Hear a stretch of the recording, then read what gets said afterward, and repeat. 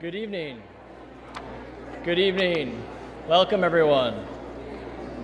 Happy Thursday? It's Thursday, right? Okay, thanks for the head check on that one. Good evening and welcome.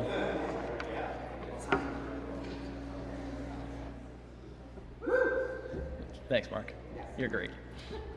I want to first off, I think I know most of you, but just in case. My name is Chad Zagel. I have the honor of being the board chair of the Jewish Federation of Grand Rapids. I want to thank you for taking time out of your Thursday evening and coming here and talking with somebody I've gotten to know a little bit here just recently, and a pretty special person. So this is going to be exciting to talk and hear some more thoughts. But I do also need to thank the Rabbits Foundation for the generous grant that really helped pull this whole evening together, so we have this opportunity to spend time together and reflect and learn. So on the morning of October 27th, 2018, the congregation at the Tree of Life Congregation Synagogue in Squirrel Hill neighborhood of Pittsburgh, along with New Light Congregation, Congregation Dor Hadash, who also worshiped in that building, were ready to start their Saturday with a nice, peaceful Shabbat service. Unfortunately, that would not be the case. Perpetrator of an anti-Semitic attack chose that morning to kill 11 people and wound 6 more, including some Holocaust survivors. Thus far, the deadliest attack in a local Jewish community in American history. Tragically, to be followed back up in 2019 with another attack in New Jersey City. For the victims of these horrible acts, life will never be the same. But really, what happens next is what's most important. We have the honor here tonight to have Mark Oppenheimer, who wrote the Squirrel Hill book, The Tree of Life Synagogue Shooting and the Soul of a Neighborhood. And he's going to share with us a story of resilience, recovery, and really ultimately a strong Jewish community. And we were able to drag Mark away from his home in Connecticut with his wife, 4 daughters, 1 son, and he said 2 dogs. 2 dogs. Mark got his PhD in religious studies from Yale. He's taught at Stanford, Wesleyan, Wesley, New York, NYU, Boston College, back at Yale. True journalist. I have learned to understand better in talking with him about what that means. He's been studying and covering religion for over 25 years, writing for the New York Times, the New Yorker, The Nation, GQ, Slate, and many more. He told me not to keep going on, but I'm going to gush a little bit more. So, author of 5 books, including the one that he'll share a little bit more about for us today.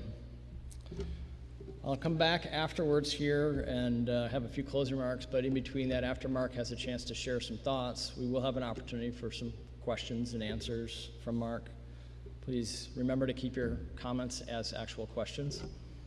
We're here to learn from as much as we can from Mark. And we'll have some time to do that, and then afterwards I'll remind you again that we do have, at a discounted rate from our local sponsor, Schuler Books, some of the books available for purchase. And beyond the discount, there'll be a couple dollars that will come back to the Jewish Federation of Grand Rapids as well. So we thank them for their partnership.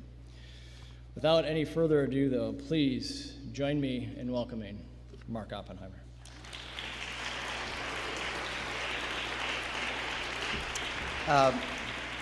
Thank you. It is so good to be here. And what kind of name is Chad for a Jewish boy? Is it like Chad? It's like a Midwestern lacrosse player. That's not a Jewish name. Of course, you could say what kind of name is Mark, for it's literally one of the Gospels of Jesus. It's so great to be here. As Nicole Katzman of your federation knows, when she called to invite me to Grand Rapids, Michigan, I nearly dropped the phone with glee, because I actually I had never been here, but my graduate work in graduate school at Yale, 2 of my 4 professors who advised my doctoral thesis were alumni of Calvin College. And so I actually sort of was reared on stories of this sort of beautiful, peaceful, Irenic, happy, friendly, intellectual mecca of Grand Rapids, Michigan. And and the books I bought at grad school all came from publishing houses that were in Grand Rapids, and my professors were from Grand Rapids. And it's like, if I was going to make it to two places I had never been, it was Jerusalem and Grand Rapids. And now I've done it. It's like I'm done, I'm leaving. I can go home now. I've made it to Jerusalem and Grand Rapids. So no, truly, it's an honor to be here. And I'm just so grateful that you've brought me here for today. I always love these introductions because, I fly out of New Haven in the morning, usually being told by one of my children that I'm inept, stupid, a bad father, unkind, uncaring. Why aren't you walking the dogs? Why is that my job? Why aren't you watering the plants? Why is that my, it's usually like a trail of abuse follows me out the door. And I arrive here and I'm told that I'm this like major dude. And so I always wish they were watching the live stream. Like somebody thinks I'm good at something. No, I'm exaggerating. They're wonderful, and they're the only 5 kids I'd want. They're the best. And actually, and I'm actually going to begin with a story that involves one of them, and then I'm gonna talk to you for about 30 minutes, and hopefully not wear out my welcome. And then I would love to take about 30 minutes of your questions, because I think these things are so much more fun, and I learn so much from you when it's a conversation. So. Are we all on board with that plan? It'll be like half me and then half us. So let's talk about my daughter, Rebecca. Why not dive right in? She had a plan for me October 27th, 2018. And the plan was this. I had to drive her to Boston, about 2 hours away, for the bat mitzvah of one of her summer camp friends. She went to Camp Ramah in Palmer, Massachusetts. Now, if you know the Ramah system, Ramah, New England, is the Ramah that they send you to, the conservative movement summer camp that you're supposed to go to if you're from New England or Greater Washington, D.C. They skip over New York, which has 57 camps of its own. They skip over Pennsylvania, so it's New Englanders and Greater Washington people. And so that year, when so many of her summer camp friends had their bar and bat mitzvahs, I was constantly being told, we have to go to Maryland or Virginia for this, we have to go to Boston for that. And I said, look, I can't go to Boston and Virginia 25 times this year. You got to tell me which 3 of these girls you actually like. And we're going to go to their bat mitzvahs. And somehow she managed to winnow it down, and this was the Boston trip. So we were at Temple Emanuel of Newton, Massachusetts that morning at the bat mitzvah of a friend of hers. And we were inside the building, and we didn't have our phones on, and out of respect for the day, for Shabbat, really everyone had their phone off. And I'm sure somebody knew what was going on in Pittsburgh, because as you recall, news sort of spread like wildfire, and somebody was surely checking their phone out of the hundreds of people there. This is one of those temples that has 100 bar and bat mitzvahs a year. They have to double up every weekend, so it was mobbed. And yet nobody said a thing, which I think is kind of lovely. Like, I'm sure that the security people were made aware of it if they knew what was happening in Pittsburgh. The rabbi might have gotten word on the bima somehow, but we literally went through that morning and the Kiddush luncheon afterwards with no idea that Jews were being murdered in Pittsburgh. And then we got back out to the car, and I did open up my phone, wanted to text my wife, tell her, services were good, we're going to kill some time now before the party tonight. And I had all of these text messages. Are you going to Pittsburgh? Did you hear about Pittsburgh? Don't you have family in Pittsburgh? And now this was weird. It's not incredibly weird because a lot of my friends do know that I come from Pittsburgh people. I grew up in Massachusetts, but my dad was a 5th-generation Pittsburgher, which is something I talk about. And so it wasn't the craziest thing in the world, but still, why would all of my friends and colleagues, work colleagues, editors, saying, are you going to Pittsburgh? So then I navigated over to one of my news apps, and I saw the headlines. And I must have turned white as a ghost. Somehow I must have looked stricken, because my daughter, sitting next to me in the passenger seat of the car, said to me, Dad, what happened? What's wrong? And I said, there's been a killing. There's been killings at a synagogue in Squirrel Hill. There are Jews dead in Squirrel Hill. And my daughter said to me, Dad, isn't that where we're from? Now it kind of blows my mind to this day, because again, I'm from Springfield, Massachusetts, and she is New Haven, Connecticut, born and bred. I mean, she's never lived anywhere else. And I don't know that she had been to Pittsburgh since she had been 2 or 3 years old, when we had last had a Passover or Thanksgiving there. how did she know that we were not just from Pittsburgh, but that we had roots in Squirrel Hill? And to this day, I don't know how she knew that. She must have, in the way that children know everything, in the way that they pick up the ambient family heritage, that they learn the family stories somehow just by eavesdropping and listening in, sort of at your knee, they learn this stuff. Somehow she knew. And she said, Dad, isn't Squirrel Hill where we're from? And I said, yeah, it is. Little coda, little footnote to that story. Just want to tell you the rest of the day there. So we're in Newton, 120 miles from home, and her friend, the bat mitzvah, had a party scheduled for that night at this little, it was like a social club / bowling alley. It was cool. It was a cool old club that had like candlepin bowling in the basement where you had to set up the pins by hand. It was a funky little place. Anyway, the question was, well, is she going to have her party tonight? Because the whole Jewish world was all of a sudden thrust into mourning. And we didn't know. And I said, well, all we can do is stay in Boston until tonight and then show up at the party and we'll see if it's happening. And my daughter said, well, where should we go? Now, my plan, I think, had been to go to Newbury Street or into, Cambridge, and we were going to window shop all day. We were just going to have fun. We were going to do Boston until the party that night. And I said to her, I said, Rebecca, let's go over to Harvard Hillel because we should be around other Jews. So we went to Harvard, to the Rosofsky building, which is, on Mount Auburn, a couple blocks off Harvard Square. And we walked in, and, it was 1:30 in the afternoon. Now, who's at a Hillel, a campus Hillel, at 1:30 in the afternoon on Saturday? The Orthodox kids. Because everyone else has, if they've been at services, they've left to go do homework or go to the game or whatever. But the Orthodox kids, a lot of them hang out there all day because they're not going to be turning on their technology or whatever.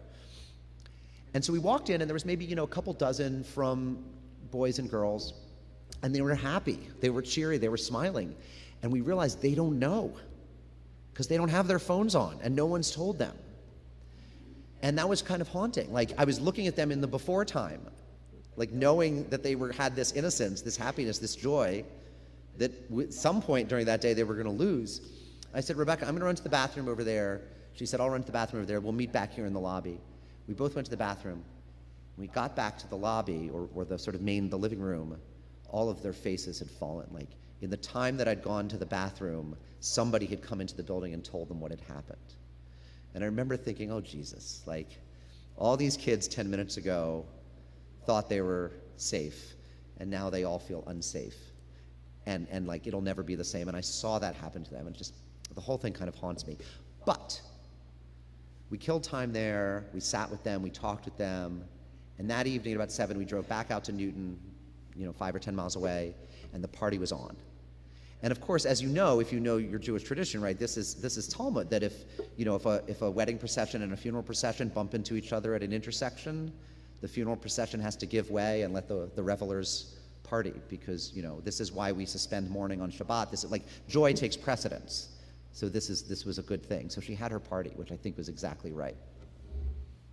Anyway, here I am, a journalist who covers American religion, all religions, but Judaism in particular.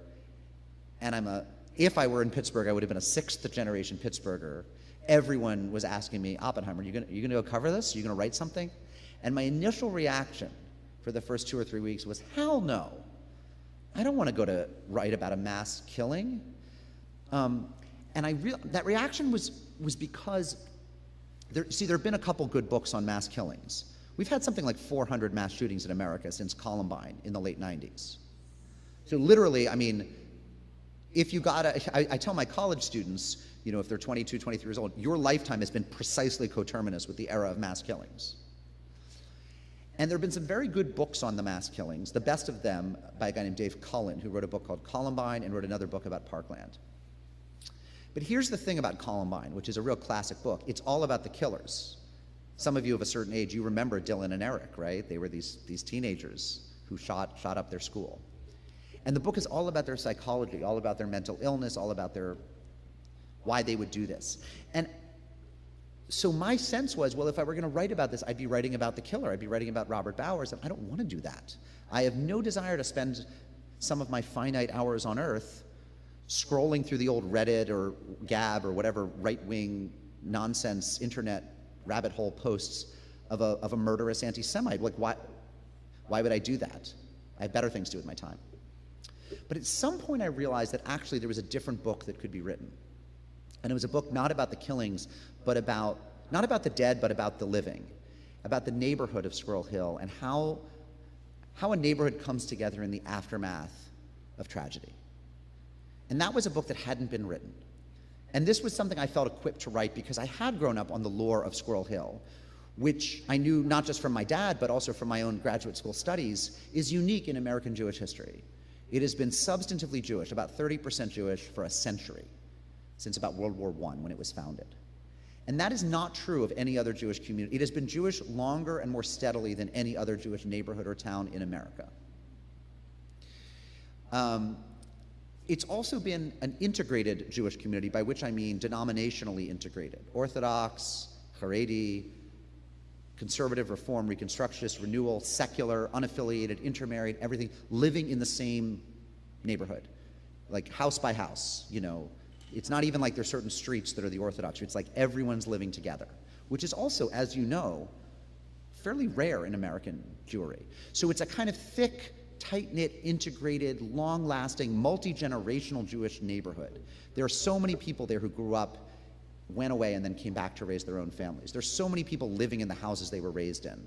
And the grandparents are always out back, like living above the garage, so that they can take over the, well, they fix up the garage. I mean, it's nice. It's not, these are fancy garages. Anyway, so I realized this actually is an opportunity to look at a highly resilient, functional, loving, tight-knit Jewish neighborhood at its stress point. Like, how are they going to make it? So I began flying to Squirrel Hill about a month after the shootings.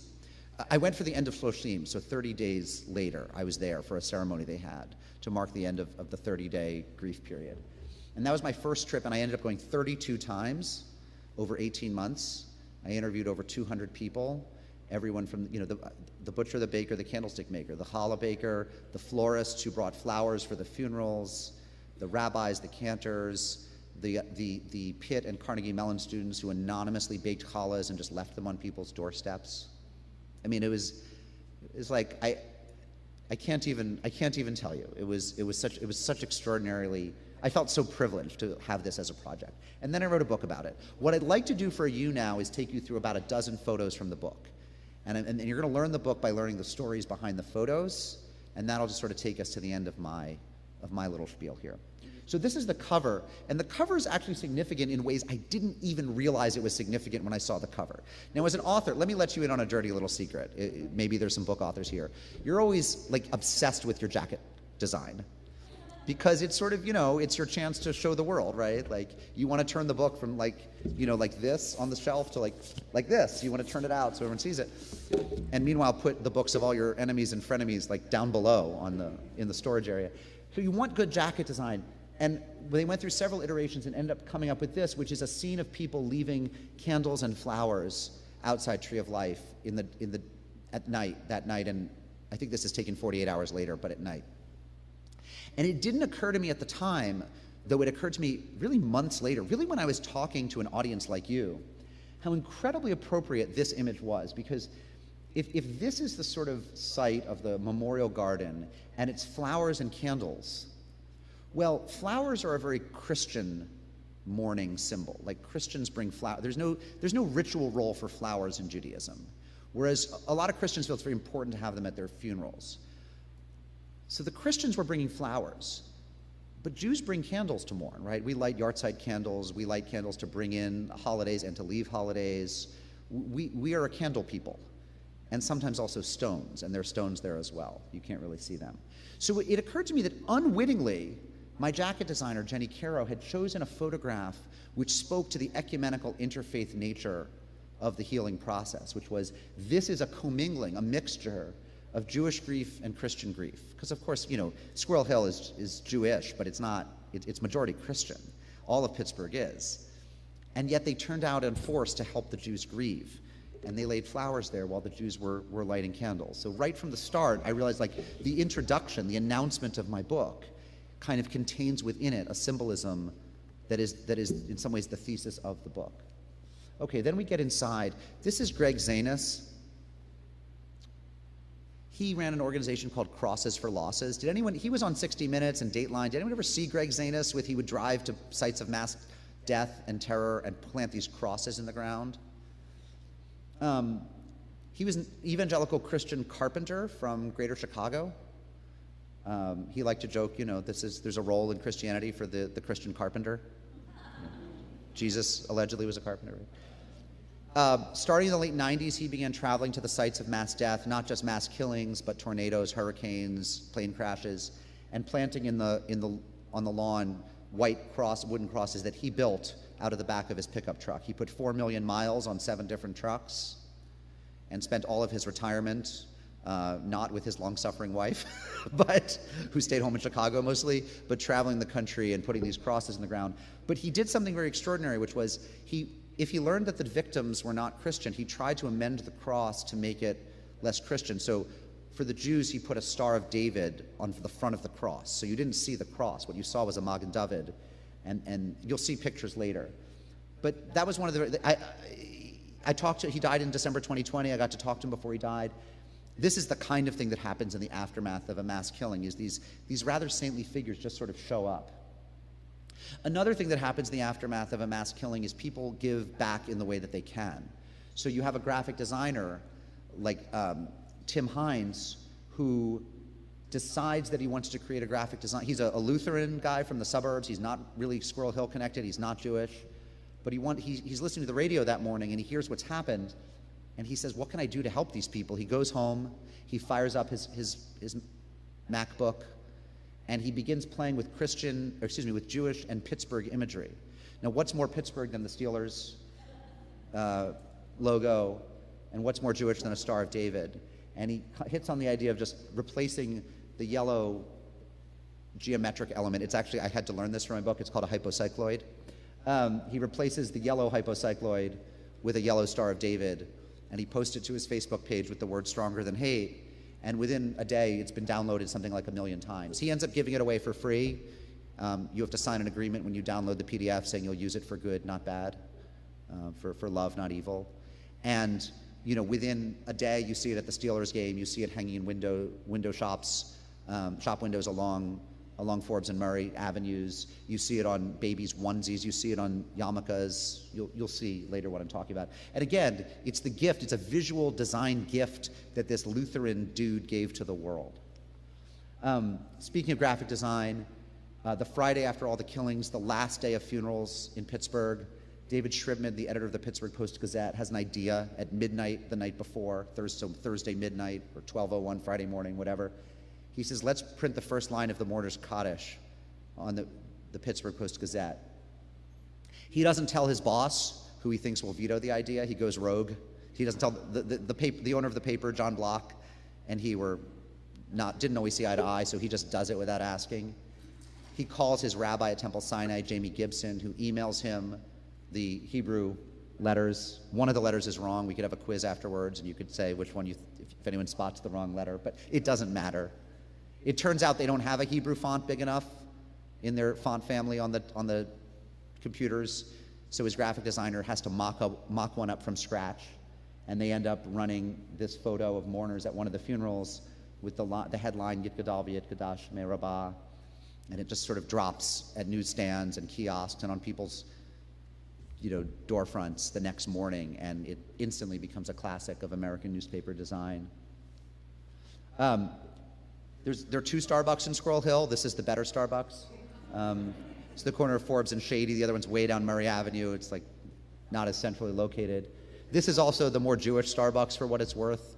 A lot of the managers, while not Jewish themselves, have a good encyclopedic knowledge of which of the items are kosher and which ones aren't.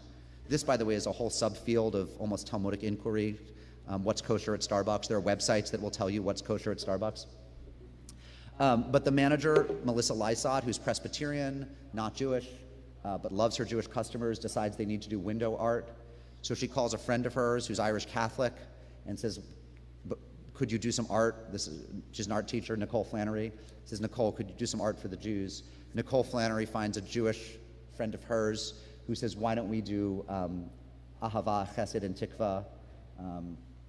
love, kindness, and hope, roughly translated. And so they do this window display, this window painting with a Star of David and an Eitz Chaim, a tree of life, and a dove, and it goes up in the windows of Starbucks and instantly becomes classic, iconic urban art, still there. And so I love to think of teenagers 40 years from now sitting inside the Starbucks, nursing their Frappuccinos, and saying, like, what is that in the window? And somebody will tell them the story of what happened to the Jews of Squirrel Hill. This is about a quarter mile from half a mile at most from Tree of Life, by the way. This is everything I'm showing you is happening within 1 square mile, maybe a half square mile. This is the sign when you get off the highway at the base of Forward Avenue up to Squirrel Hill, and you'll see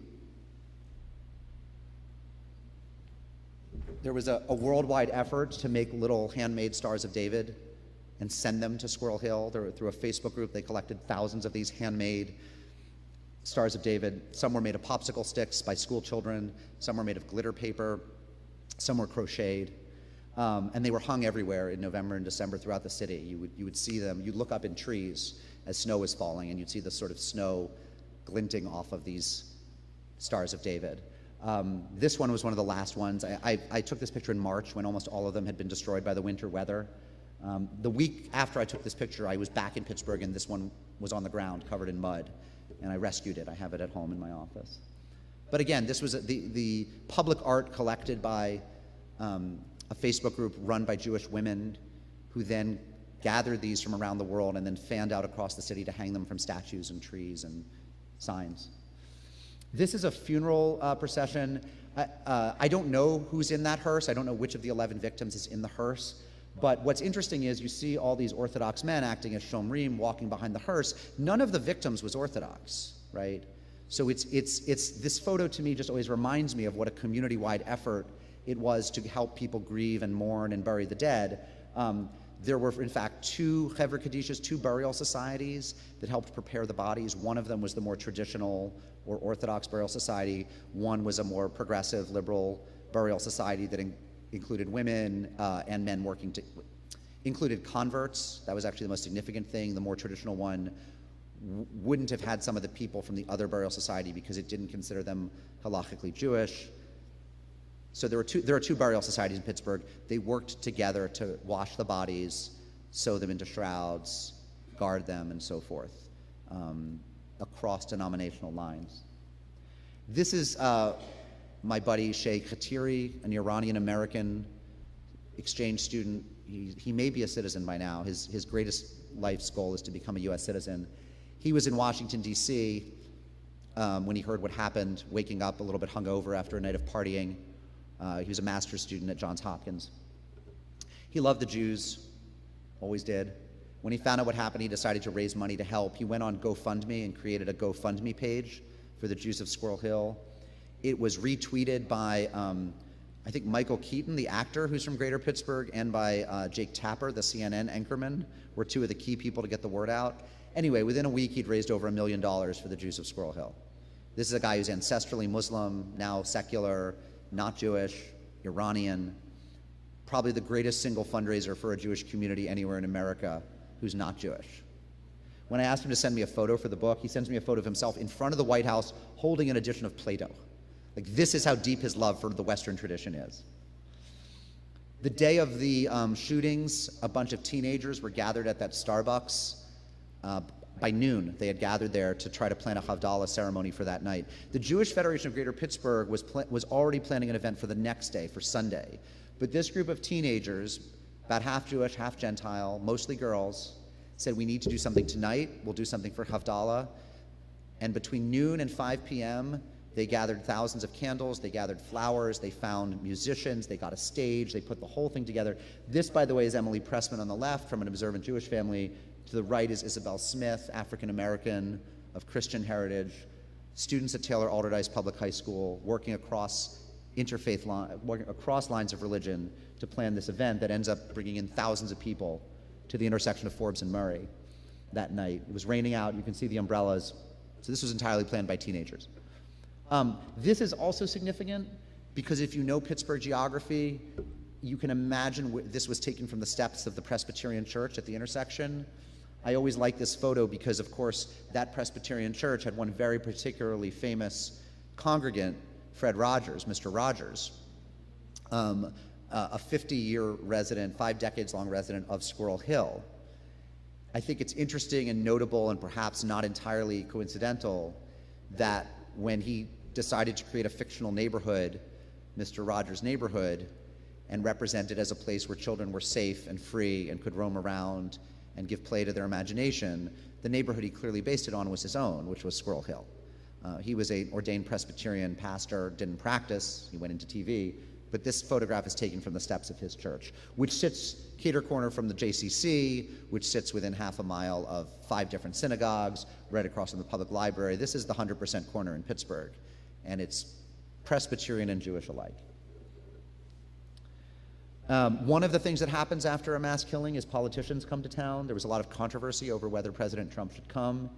And if he came, should the rabbi, Jeffrey Myers, seen here in the cowboy hat, receive him? And ultimately what Rabbi Myers said was, he said, my job is hospitality. Like, I welcome anybody. I don't pick and choose. I'll receive anybody who wants to come. He welcomed the Trumps, gave them a brief tour of the congregation, and then this is them outside afterwards, and you can see, remember I was talking about the crosses that had a Star of David on the front, the crosses for losses?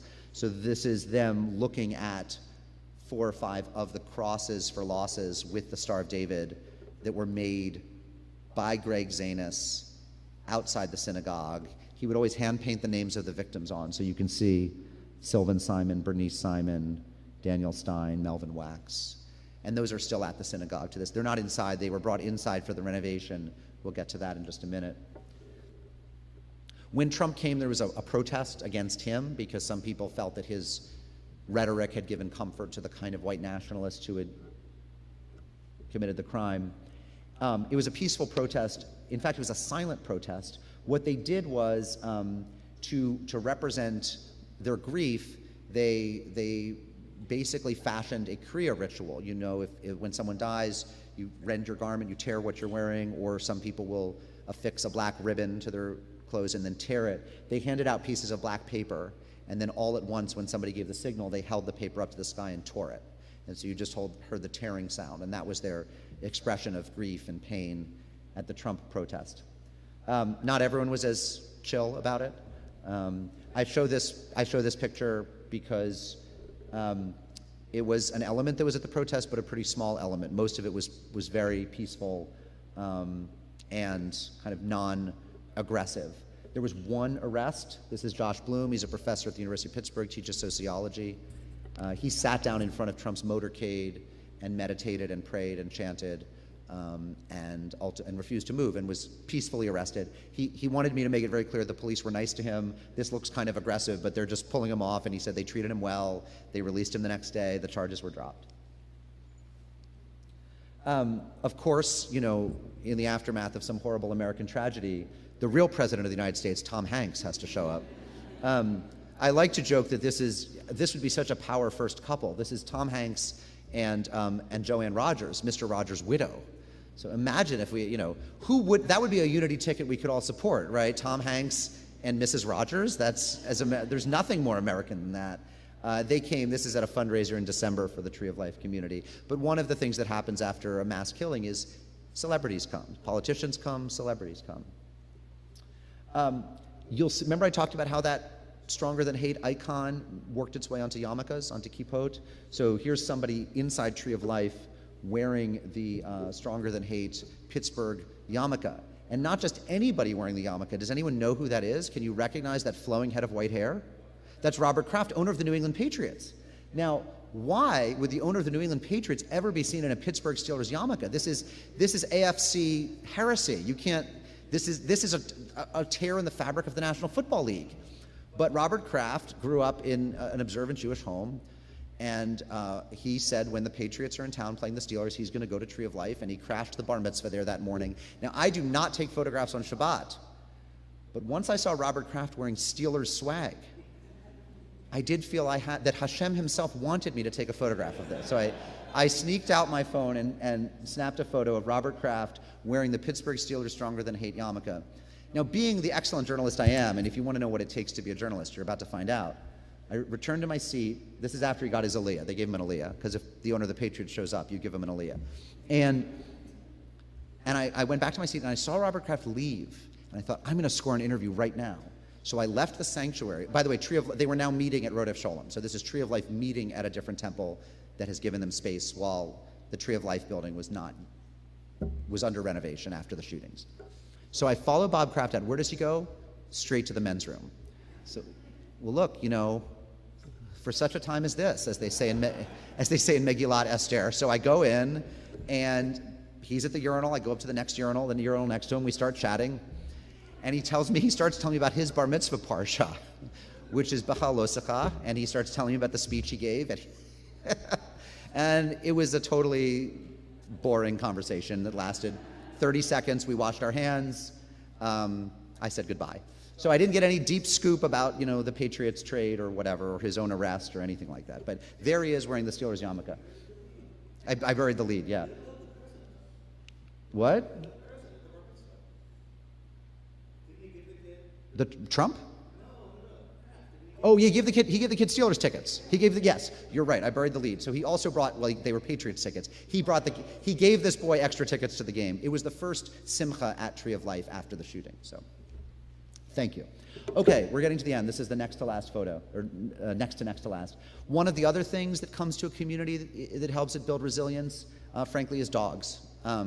You would not believe how many support animals were out in force in the weeks after the shooting. This is within a week afterwards. I don't know what dog this is, but I talked to people who brought their support and therapy animals from as far away as New Jersey. I think one woman brought animals in from Missouri. I mean, people they want to help. So some people come to pray, some people come with graphic design, some people come with Steelers tickets, some people come with their dogs.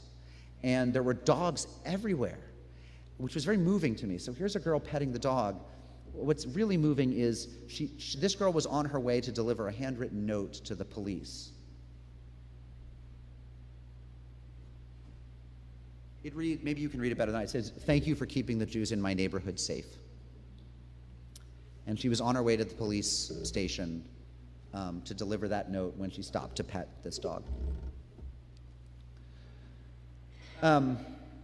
Next to last photo. This is my buddy Rob. He was one of the first people I met there, and I met him because he was wearing a yarmulke, and I walked up to him. I'm just doing interviews. I've just kind of parachuted into town. I don't really know anyone. I mean, I have relatives there, but I don't, you know, I'm looking for people I don't know. And I just started talking to him. He taught robotics at Carnegie Mellon.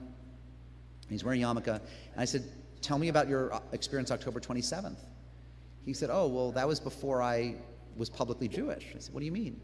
He said, "Well, I heard what happened, and I heard about the Havdalah that the teenagers were running. And so I was going to a party that night, and I thought I'll go to the Havdalah before I go out to this party.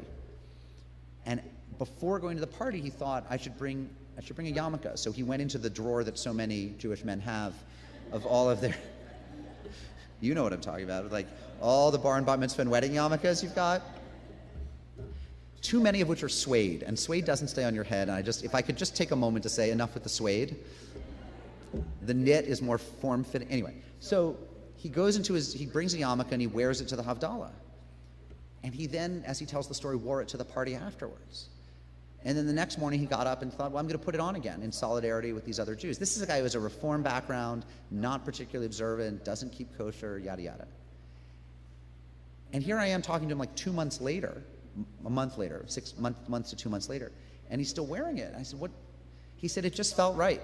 He said, I just felt like this is how I want it. This is who I am now. And I conclude, or I used to conclude with this photo. I'm going to give you one more. But for so long I've concluded with this photo. It's one of the last photos in the book, because it's sort of a reminder of all the different reverberations of this kind of tragedy, which is some people come together with the gift of graphic design. Some people stop by and visit when they're in town, like Robert Kraft or Donald Trump. Some people decide, I mean, again, there were these students at Pitt and CMU who started doing anonymous challah baking. Some people, I met people who drove up from Florida just to pray outside the synagogue. Some people start wearing a kippah. I met people who were converting, who had always thought about converting, and my friend Lynn, and now she's my friend, who was had always thought about conversion, woman in her early 30s. She heard the sirens going by her house that morning. She didn't know what it was. When she learned what had happened at the synagogue, she felt that it was her people who had been attacked, and that was her wake-up call that that her neshama, that her soul was Jewish. And so she finished her conversion process during COVID, had a COVID time mikvah. I mean, these stories were so amazing. And, you know, they really all kind of point to the different reverberations, so many of which are hopeful, even as the crime itself is so hopeless. Since I first started talking about this book, the Tree of Life community has finally decided what to do with their building. This is the design for what's going to become of it. It's going to be part Holocaust Education Center, part October 27th Memorial, part synagogue, part museum. It's going to be a sort of multi-purpose Jewish education space. I think they've recently broken ground, but it's taken them many years to figure out what to do with the space because there was so much sadness. And I sort of want to leave you with this thought, which is that you can imagine a vision that says that this space is holy ground and should never be touched, right? That it's almost criminal to in any way renovate Tree of Life as it looked. And then you can imagine the opposite point of view, which is a very American point of view, which is raise the whole thing to the ground. How could we ever dance with the Torah in that space again after Jewish blood has been shed? So there was these two opposite points of view. Some people saying, you know, it would be heretical to change a thing, and some people saying it would be heretical not to change everything. And so they were really quite paralyzed as a community for a long time, and finally kind of arrived at a solution that leaves some of the old building intact, but basically puts something new on the footprint over it. And whether or not that's the right decision is a conversation for another day. But let me just leave you with this thought, which is that I think there are, you know, in so many ways, it is the business of human beings to survive tragedy. You know, how do you do it? You put it one foot in front of the other and you keep going. But what I saw in Squirrel Hill through all of these different gestures, all these different interventions, all these different acts of ahava and chesed and tikva, was what it means when a multi-generational community with such deep social ties, so much culture, social capital, so much love, pulls together not just to survive, but I think ultimately to thrive. And that's the story of Squirrel Hill. Thank you.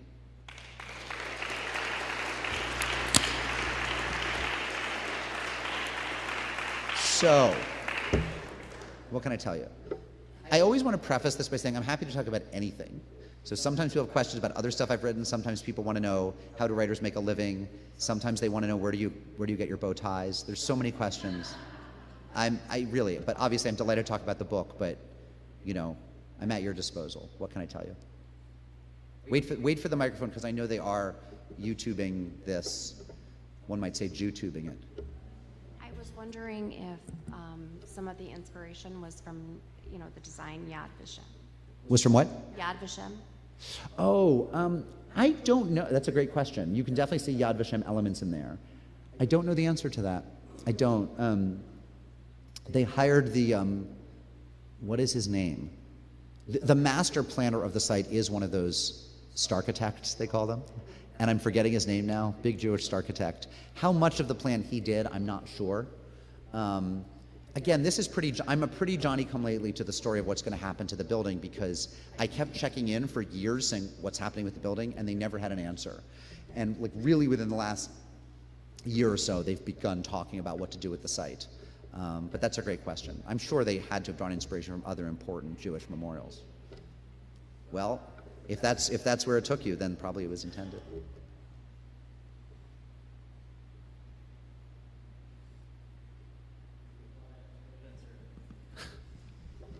Yes. We have another microphone coming at you. I'm wondering if you can speak a little bit more about that GoFundMe, $1 million that was raised. Did they use that for the museum or for the survivors' families? That is such a good question. Okay, so let's talk about the money. This is actually a whole chapter of the book, which if you'd asked me in advance, I would have said will be the most boring chapter of the book. I'm not a money person. I'm not a numbers person. Thank God I married someone who can balance a checkbook, because I just wouldn't. I just figure it'll come out in the wash. I don't make enough money that it's worth my time to balance my checkbook. It actually ended up being, I think, the second most interesting chapter in the book. By far the most moving chapter for me anyway, was the one about the burial societies, about the Chevra Kadishas and what they did, for just the stories of what they do, for no credit, for no money, totally anonymously. Unbelievable. But the second most interesting chapter, and the most surprisingly interesting one, is about the money. Because, and I'll get to the question of what they do with it. The story of American mass killings, one story of them, is that people who can't visit or can't donate their talent or can't donate their time often send checks. And not just Americans, people from around the world want to give money. Money flows in, you know, after 9/11, after the Boston Marathon bombing, like money flows in. And now this, on the one hand, this sounds like the simplest thing in the world. On the other hand, it's actually incredibly complicated. For one thing, where do you send the money? Whom do you write the check to? Do you write it to Tree of Life Synagogue? Well, actually, the Tree of Life Synagogue rented space to 2 other congregations. There are 3 congregations that lost people in the killing. Tree of Life, which lost 7, New Light lost 3, and Dor Chadash lost 1. So you might understandably write a check to Tree of Life, and people did, and they were collecting money, you know, ample amounts of money, but they knew that people kind of intended it for the community of victims, which is actually 3 congregations, only one of which had Tree of Life on the name of their banking account. Okay, so there's that. Some people gave money to a fund set up by the Jewish Federation. That's ultimately what became the receptacle of the money. Other people would find, you know, something else and send a check. Okay, so then once all the money, and then you have Shai Kateri, who raises GoFundMe money, and I think ultimately turned it over to the Jewish Federation, to their special fund. But that's only the beginning of the story, because then the question is, okay, so the Federation collects all this money, they're going to oversee it ethically, fiduciarily, etc., and they did. At what point do you cut off the special fund, right? At what point do you decide we're going to disperse the money? Okay, so you pick a date, probably pretty arbitrary, and you say, the fund is done. Now we have X amount of dollars. I think it was, I don't know what it was, millions. Some number, I have 7 in my head, but maybe it was 14. I can't remember. It was millions. Well, then who are they going to give it to? Do you give it to the victims' families? That would make sense. What about people who were shot but not killed? Do they get some money? They're not victims, but of course they actually have medical expenses that might be ongoing. What about people who weren't shot but were traumatized? What about people who weren't inside the building but pulled into the parking lot, found out what happened, drove off, having saved their lives because they were late for shul that day, and then have nightmares for the rest of their lives and need counseling, right? What about people whose property was damaged in the emergency response? Do they get a little something out of it, right? There's all of these questions. Okay, and then let's say you were giving the money to the victims' families. Well, 2 of them were a married couple. Is that one unit of, do they get, you know, do they each get a portion? Some of them were quite elderly and their children were grown and quite well-to-do. Do those families get as much money as somebody who might have been younger and left behind a college-age child who needs tuition money? So it actually only opens up a million questions. In the event, what happened was the Federation pulled together a commission of sort of prominent Jewish Pittsburghers who had served on boards before, people liked and trusted. They basically tried to find the 7 or 11, whatever, most venerated, trusted Pittsburgh Jews. And they created a commission that decided how to disperse the money. And what's amazing about this, and I actually find it quite moving, is that after they announced how they were dispersing it, they came up with fractions and percentages, and if you were this kind of person, you got this much, and whatever. There was no fighting. Everyone just said, okay. Nobody ended up at each other's throats. Nobody said, wait, we deserve more. That is not the rule in America. I mean, whether you're talking about Parkland, Orlando, Newtown, the Black Church in South Carolina, Mother Emanuel, there is usually some rancor over who gets the money afterwards. And in Pittsburgh, there was none, which in some ways is kind of an extraordinary accomplishment and testifies to the level of mutual trust in this community. One last note on that They did want to set aside some money for people who were, quote, on the premises but not physically injured. So like people who were in the parking lot or nearby. How did they find out who those people were? They put an ad in the Jewish Chronicle and said, if you were there, let us sign an affidavit saying you were there, we'll count you. And a few people did, 5 or 6, I don't know. But like, here was an opportunity for people to cheat, and it seems like nobody did, which I just find so beautiful. So that's the money question. Yep, one there and one there. This gentleman here, and then we had back there. So you'll be next. Go ahead. In terms of writing the book, did you take it upon yourself, freelance, or were you commissioned to do it? Yeah. Publishers say, you're the guy, let's write this book? So the way it worked was, and this is pretty typical for nonfiction books, I have an agent, a literary agent, who helped me write a proposal. So I wrote a 25 or 30-page proposal. Here's the book I want to do. Here's a rough idea of what I think the chapters will be about. And of course, you don't really know. You just, because you haven't researched the book yet, you invent an idea of what you think the book will look like, who the market would be, why you're the right person to do it, et cetera. And then my agent shopped it around to a dozen editors in New York, and one of them liked the idea and commissioned it. So, and then what happens is they commission it for a certain amount of money, which sounds like a lot of money, but they pay it out in quarter chunks. So you get a quarter up front, another quarter when you file the manuscript, another quarter when the book is published, another quarter a year after that. So it's not a money-making event. Like, writing is not a lucrative thing. But I ultimately had enough money to basically pay for my travel to go back and forth as an advance toward the royalties for the book. Yeah. We had a question back there. Otherwise, I wouldn't have been able to do it. I mean, I don't have the kind of money to just start flying. I flew to Pittsburgh 32 times, So. In writing about this topic, I've always wondered, and we're here now, the most dangerous place in America is a synagogue. Why are we all here? Why do we keep coming? What do you think? It's a great question. The security question is, well, first of all, it's not true that the most dangerous place in America is a synagogue. Synagogues are actually remarkably safe places, largely for socioeconomic reasons. They tend to be in safe neighborhoods.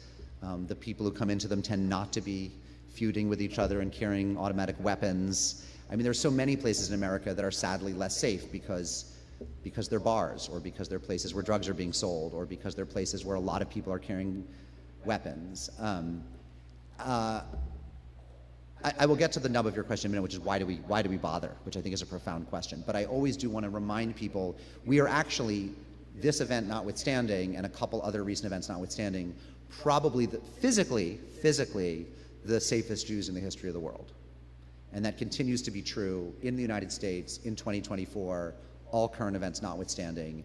The percentage of Jews who've been physically harmed for being Jewish in American history is infinitesimally small. That's a very important thing to remember. If you think probabilistically, you would not be afraid to go into Jewish spaces. Now, that said, we're all more afraid now than we were 5 years ago or 10 years ago, and that's not crazy. There have been, there was the attack in New Jersey, there was the attack at the rabbi's house in Muncie, New York, there was this attack. There is, somewhat rising anti-Semitism, generally nonviolent, but nevertheless troubling. I wrote a piece for the Wall Street Journal that I got a lot of grief for because I said, there really are two kinds of Jews left, the kinds who put themselves in harm's way by being visibly Jewish or entering Jewish spaces, and those who don't. I said, look, there's nobody going around in America right now looking for a mezuzah on a door and murdering the people inside, by and large, right? Like, if the extent of your Judaism is you practice a home-based Judaism, you have Hanukkah, you have a Passover Seder, maybe you have a mezuzah on the door, you're fine. You're safer than you are in France, you're safer than you are in parts of Israel, nobody's seeking out Jews who are basically private about it. However, if you are either visibly Jewish because of how you dress, which would primarily be male, but there are observant women who can be spotted as Jews by how they appear, or because you walk into Jewish spaces. If you put yourself out there visibly Jewish by how you look or by what spaces you walk into, then you are putting yourself to some extent in harm's way. So there's really two kinds of Jews, right? And most American Jews are the former, are the kind that they don't go into Jewish spaces, They don't go to synagogue, they don't go to day school, they don't go to the Jewish Community Center. They are not in any danger whatsoever. Those of us who walk into Jewish spaces like this one are taking on a little bit more risk. The answer as to why, I guess, each of you would have a different answer as to why. You know, like, certainly my own answer is I cannot do otherwise. I mean, it's, you know, I have to be who I am. I have to live authentically as myself. I realized the other day that 3 or maybe all 4 of my daughters were wearing Star of David necklaces, and I didn't know that. Just one day it crashed down on me. They all owned them, and one day I realized they're all wearing them. And I don't know why they chose to do that. You know, I think maybe in their case it's something to do with post-October 7th, post-Hamas attacks. But, you know, people will make their own choices, and I'm not anyone's pastoral counselor, so I can only speak for myself, but there must be something that keeps people continuing to participate in this extraordinary, you know, multi-millennia tribal family book club, right? Where we like just keep getting together and reading the same damn book over and over again. Must be a good one. Any other questions? We have here and back there, yeah. Could you give us an update on the status of the killer situation? Of the what? Of the killer, the perpetrator of the crime. The killer. What the status? I think he was convicted. He had a trial. It took a long time before he came to trial. His name is Robert Bowers. I think he's on death row. I think he got the death penalty. Is that right? It's so funny. I've kind of blocked that out.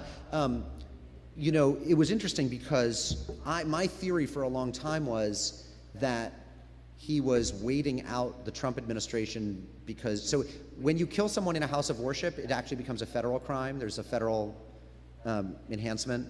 It moves from state court. So murder is generally a state crime, a Pennsylvania crime, not an American one. But when there are exceptions. So if you cross state lines to commit the crime, if a kidnapping's involved, I think that federalizes it. There are lawyers here who could tell me, but I relied on my wife for this. But a murder in a house of worship is a federal crime. So it was not prosecuted by the DA in Allegheny County. It was prosecuted by the U.S. attorney who worked for the Department of Justice, who, you know, worked for, I forget who Trump's attorney general was at the time. He went through a few. My theory was that Bowers was dragging it out until he got a Democratic Department of Justice, hoping that they wouldn't ask for the death penalty. In the event, when Merrick Garland became Attorney General, he said, no, we're sticking with the death penalty.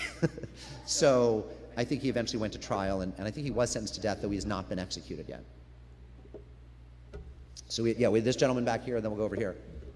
And I'll talk faster, too, so we get to more people. I found, excuse me, I found the photo of Tom Hanks and Mrs. Rogers very moving. Was it shot by an amateur or a photojournalist? That photo, gosh, I would know from the book. I believe that was shot by the photographer for the Pittsburgh Tribune-Review, which is the smaller newspaper, but actually has some really wonderful photojournalists, yeah. Most of those were professional photos that I paid or nagged for the rights to from professional journalists or photojournalists who were incredibly compassionate. I mean, so the photo rights come out of the author's back end of things. I have to pay for the photos. So if they were, I mean, I had something like 50 photos in the book, and if they were all charging me $1,000 a photo, which they're worth, I couldn't have done it. So a lot of them gave me like really discounted rates to use the photos, which was an extraordinary mitzvah. Yeah. Hi, thank you so much for coming and talking. Big fan of Unorthodox. Thank you. And the podcast, and was Thank sad you. when you left. I'm wondering what you're up to now and what your next project is going to be. Oh, happy to talk about that. I talked about that at lunch today with a few of you. I'm writing a biography of the children's author Judy Blume. Yeah, no murders, no anti-Semitism to speak of in her 87 years as a Jewish woman on earth. She's had a pretty happy, good life. So I've spent the past 2.5 years interviewing her a dozen times, going through 130 boxes of her papers in her archive, which conveniently is in New Haven. She gave her papers to Yale years ago. Interviewing, again, over 100 people who have known her, rereading all of her books. It's been exactly the tonic I needed after as I said, this was not a sad project. This is actually a very happy project, but it was a draining one. And the Judy project has been nothing but delightful. Yeah. So that book should be out in the spring of 26, less than 2 years. Question here? To go back to the dark side after hearing That's okay. about Judy Blume, but my son goes to the JCC in Squirrel Hill Uh-huh. and told me that what he heard was that the shooter actually went there first and apparently decided it was too close to the police station and went to the synagogue. Is that true? I've never heard that, and he never took the stand and talked. So I don't know how we would know. That's not to say your son's wrong. There are lots of ways your son could be right. He might have heard it from somebody who heard it from one of the lawyers involved in the case. I mean, there's certainly stuff leaked out, but not to me. There was also, I mean, we know, for example, that he drove past, I'm trying to remember the one, is it Sherry Tefila, the one on Lower Murray, on his way to, what's that? Yeah, Sherry Torah, thank you. He drove past a lot of synagogues probably on his way to Tree of Life. Here's the reason I think that's probably not entirely right. What we do know is he chose Tree of Life because Dor Hadash was renting space there, and Dor Hadash on their website had said they were celebrating Refugee Shabbat. They had partnered with HIAS, with the Hebrew Immigrant Aid Society. There was a national Refugee Shabbat. It had actually been like 2 Shabbatot earlier. It was not that weekend, but they still had it on their website that on October whatever, 7th or 3rd or whatever, they were having a Shabbat in honor of refugees. And this guy was an anti-immigrant, anti-refugee racist. And so the reason he picked the Tree of Life building is it's where Dor Hadash met. So that's kind of what we know. That's our best information, is he chose it because one of the 3 congregations there had been outspoken in support of refugees and immigrants. Yeah. Heartbreaking. Take this question, and if there's one more, I'm happy to take that too, and then we'll all hang. Yeah. I was curious if you were familiar with the Mosaic exhibit, From Darkness to Light, that was created by Texas artist Susan Ribnick. It's a compilation of numerous artists that have responded to this tragedy in art form. We had the Where is pleasure- it? Where is it? It travels around. We actually had the pleasure of hosting it here at Grand Valley State No kidding, University yeah. a couple years ago, which is special to me as a Yeah. native of Pittsburgh, 3rd generation. Nice. I was just curious if that had I crossed didn't your know paths about at this all. one. I mean, there has been such an outpouring of art, and again, I think this is such a testament to the human spirit that we do make art out of these things. Such an outpouring of art, and I actually at a certain point like tuned it out because I had to write the book and promote I had to kind of live in my own book and not keep adding to it in my head. So for example, there was at least one play that was done about it. There were some monologues that were done. There's been music. There's been a lot of art, and I probably I might even have known about it, and then kind of like it slipped through the cracks of my mind because there was just so much Squirrel Hill in there. But that sounds amazing, and yes, definitely artists responded in worldwide in all sorts of ways, which was quite moving. Is there a final question to send us off with?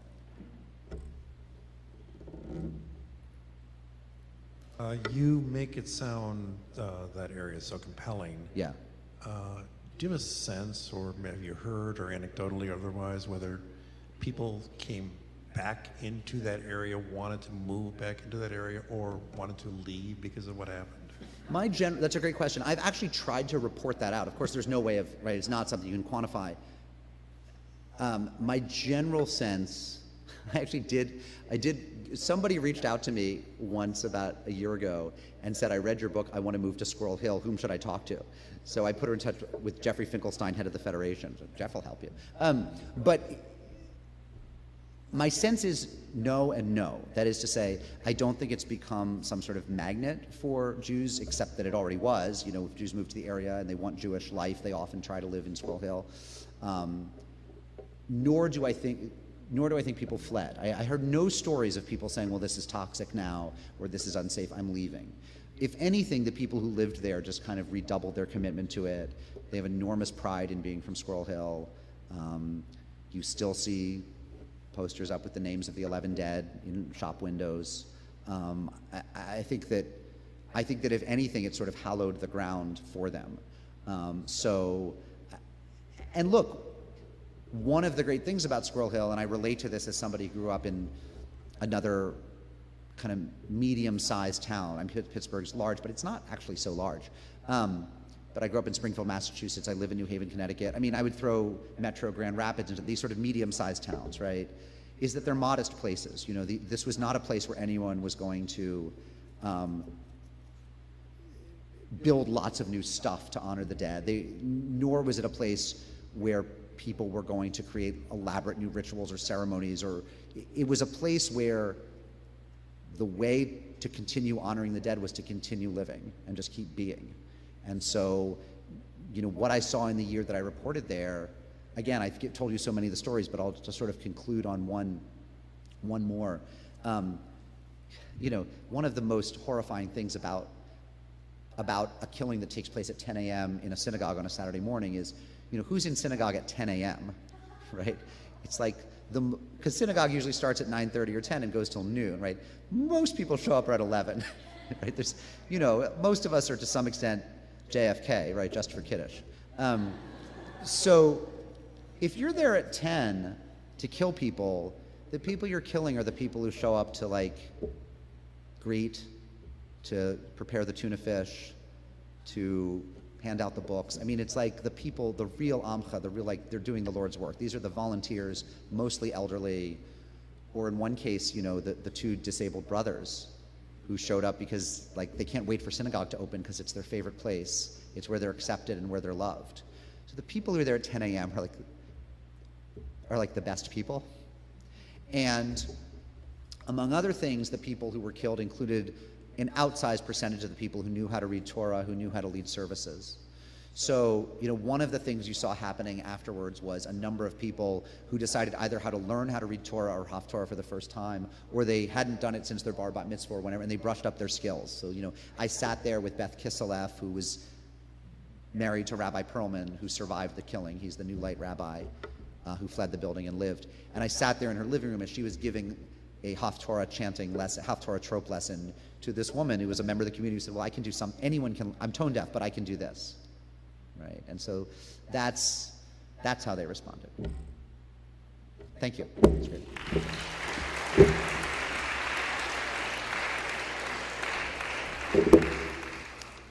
A couple of brief notes to end a pretty magical evening. Again, thank you, Mark.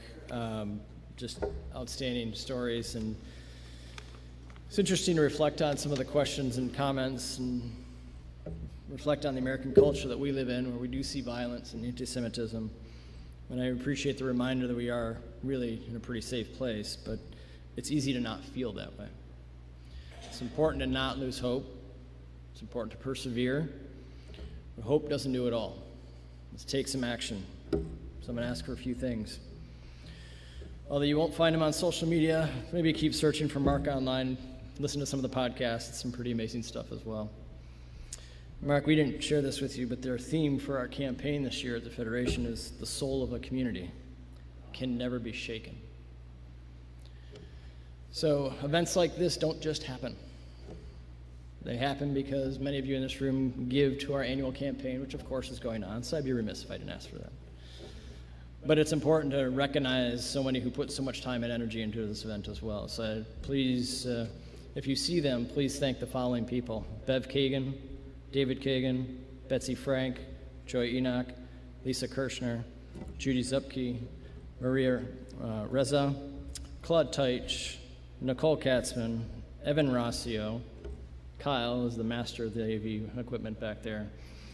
Temple Emanuel, thank you for allowing us to use the beautiful space, as always, in Schuler Books. And the final thing that I'll ask for is, in our Jewish culture, we get to come here, we get to share the stories of ancient Jews, but I'm going to challenge us to share more stories. Share these stories. Share this story. Share your stories with the next generation, because it's those stories who teach us our lessons. It's those stories who will instill the right values moving forward. It's those stories that will make sure we are a strong community that cannot be shaken. So, final invite. We do have some wonderful refreshments put together next door.